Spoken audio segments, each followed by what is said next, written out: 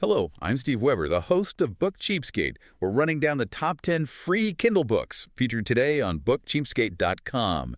Happy Wednesday, everyone. It's October 8th, 2025. As always, I'm joined by my co-host and bookworm sidekick, Cassandra. Good morning, Cass. Good morning. Ready to jump into today's freebies. Okay, so we've got a really interesting mix today. 10 free Kindle books, all sorts of genres. We're seeing romance, thrillers, fantasy, the whole spread. Right, and the idea isn't just to list them, is it? We want to kind of dig into what makes them tick, what the hooks are. Exactly. What grabs you from the description? So let's get started. First up, book number 1 is Beside Golden Irish Fields. Ah, yes. The subtitle tells you a lot. Small town, grumpy sunshine romance, set in Ireland. Very specific, you know what you're getting. Yep. So the hook here seems to be this painting teacher, Angie, leaving her old life. And she runs smack into Carrick Fitzgerald, described as the grumpiest Irishman on the planet. Yeah, okay. But here's the twist, right? He's also a hot sheep herder. And he paints words on his sheep. Lovely, uplifting words, apparently. Okay, that's quite a detail. Paints on his sheep. It's charming, though, isn't it? Sort of signals he's not really that grumpy deep down. Plus, you've got the small town, meddling locals. Oh, and a matchmaking ghost? Seriously? Yep, a ghost arrives to make sure they get their happily ever after. Wow, okay. So lots of forced proximity, banter. Like an Irish Emily Henry, maybe? Could be. Definitely hits those popular tropes. All right, book 2 takes a sharp turn. Keep the doctor away. Psychological thriller. Sounds intense. It does. The vibe is isolation, paranoia. Our main character, Lily Parker, moves with her husband to this place called Northwind Clinic. Which is where? On a secluded island. It's for the rich and famous, but it sounds ominous. Tall walls, security guards, cameras everywhere. Luxury prison vibes, as the description puts it. That creates instant anxiety, doesn't it? Totally. Lily's already feeling anxious, and then she apparently witnesses a death. Oh. Yeah, and here's the woman's last words. They'll come for you. Chilling. So is it real danger or her paranoia spiraling in that isolated place? Exactly the question. Sounds like perfect, creepy, isolated setting fodder. Like the guest list, maybe, but with a medical edge. Right. Okay, shifting genres again. Book 3, Heart of Malice. Urban fantasy, paranormal romance. This sounds like the start of a big series. The heroine is Alice Worth. She's a private investigator, a mage, but she's hiding everything: her power, her past, her scars. Sounds like she's got a lot on her plate, dealing with the vampire court, federal agents, and a crime syndicate run by her grandfather. Her grandfather. Okay, that's complicated. Seems so. And she has a ghost partner for a sidekick. A ghost sidekick. Nice. What about the romance angle? Ah, yes. Enter Sean Macklin. He's an alpha werewolf. Of course he is. But he's described as having golden retriever loyalty. He keeps showing up when she needs him. So, grumpy heroine, sunshine hero, he falls first. Looks like it. That dynamic is huge right now. Sounds like lots of action, complex magic, for fans of Alona Andrews or Patricia Briggs. Gotcha. Okay, let's slow down a bit. Book 4, The Center Cannot Hold. This sounds more atmospheric. Crime thriller. Series starter. The setting jumps out. Cedar County, Michigan. A resort town, but frozen solid in winter. Yeah, that creates a sort of natural locked room feel, doesn't it? Impassable roads, snowed in. And then, boom, arson and murder break the winter quiet. Right, and there seems to be a deeper theme here, too. Something about the sins of the fathers. Oh, interesting. Like past wrongs coming back to haunt the present generation. Seems like it. The protagonist is a detective, Ray Elkins, described as deep and human. Sounds like quality crime fiction. Yeah, the kind you read by the fire. Oof. Like those Cork O'Connor books, maybe? Porcupines, yeah. Cozy, but with substance. Okay, next up, book 5. We have Till Dawn. Gay romance. romance. And it tackles a tricky trope. Very tricky. Sex worker falling for a client needs careful handling. So what's the setup here? Nikki Fender takes one last job. It's exclusive, good money, a Manhattan apartment, but only from dusk till dawn for 2 months. Wow, okay. Built-in deadline. That's instant tension. Absolutely. And the client, Gideon, sounds intriguing.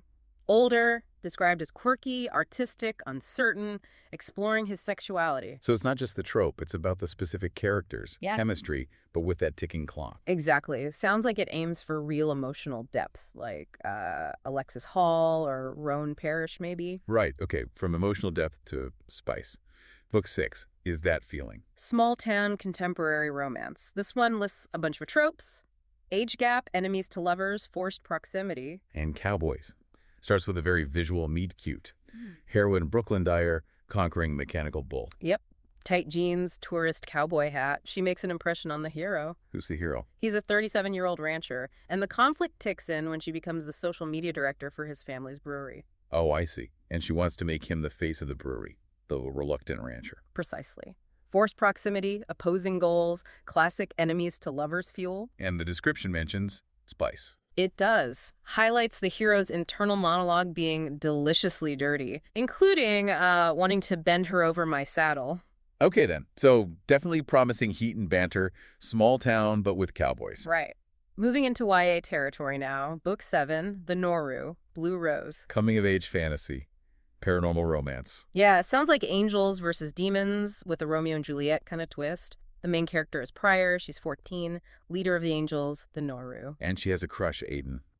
Let me guess. Things get complicated. Understatement. Mass suicides start happening on New York rooftops. So much for her dream of a drama-free life. Yikes, that's dark for YA. It gets darker. Aiden, her crush, apparently becomes a ruthless killer. Oh no, so she has to choose. Seems like it. Save the mission, save the world, or save the boy she loves who's, turning evil. Classic high-stakes YA angst. Sounds like maybe Shadowhunters or Hush territory. Definitely feels like that kind of vibe. Okay, Book 8, Bleak. Dystopian science fiction, survival story. And the setup feels very current. It's about escaping a dying Earth. How is it dying? Climate disaster stuff. Hailstorms, earthquakes, food shortages, rising sea levels. Described as the new norm. Wow.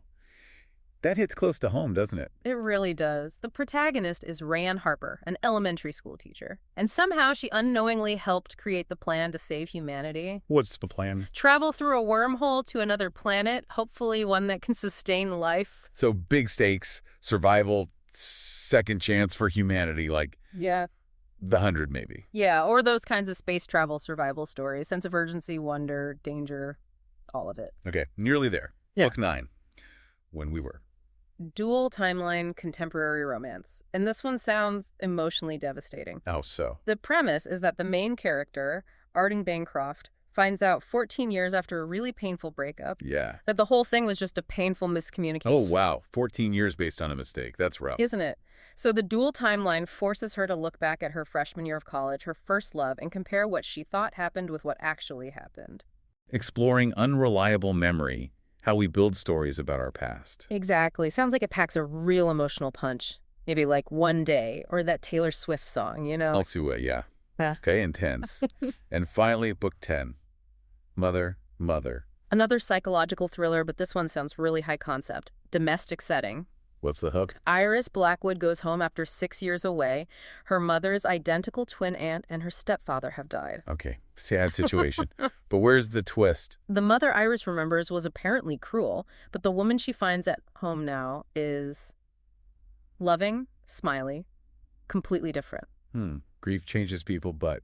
But Iris finds an old journal, and it reveals that her mother and her identical twin aunt used to switch places. All the time. Oh my God, so she might have come home to the wrong mother. That's the terrifying possibility. And then her car won't start. She might be trapped there. Okay, that is seriously twisted. Plays on that deep fear of not trusting, like the most fundamental relationship. High concept indeed. Right. Like maybe Frida McFadden territory, but with that identity swap angle. What a lineup. Seriously covered a lot of ground there. Well, thanks for joining us today. And remember, if you want to download any of the books we've mentioned today for free from Amazon, visit us at bookcheapskate.com and you'll have all the links right there. But do it now. These books are free today, but might be back to full price tomorrow. Also, along with those freebies, the site has a ton of specials on deeply discounted Kindle books and also a heads up on the best new releases. Every morning, it's all brand new. Cass will do it again tomorrow. Sounds good. See you then. Until then, keep on opening new worlds with great books without opening your wallet. And whatever you do, remember this. When you read, Your mind becomes its own kingdom.